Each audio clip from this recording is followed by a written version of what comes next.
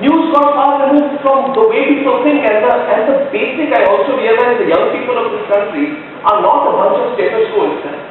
And there is a great opportunity for news to reflect their aspirations and their angle, and it's pretty straightforward. So tell me, somewhere along the line, did you or your promoters see Fox News and see, this is what India needs? You know, NBC and all are on BBC and CNN and all. I'm going to go this way. Is it? Why? Anurag is saying, I didn't give him that question. It's all ask me anything. You see, walk me up to the guillotine this afternoon. Ask me those questions, Sam. I want to answer them. Please, so. But I swear upon you, I never watched Fox News. I watch it now because people tell me you like Fox News, so I want to know who the hell I like. And I don't always like what I see. Certainly I tell you that I find the production quality of some American channels quite astounding. And if you were to tell me, I think the production quality of Fox News is good, but we are not editorially Fox News at all. How can you be?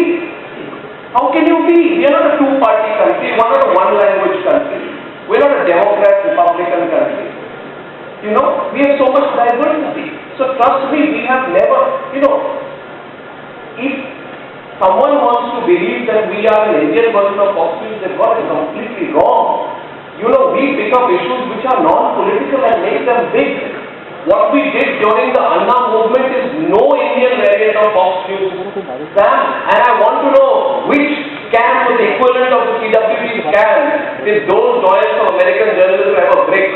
Between June 2010 and January 2011, 6 scams, one after the other. Sam, we stuck our neck out. I want to know, in all the years of American television, I have great respect for them.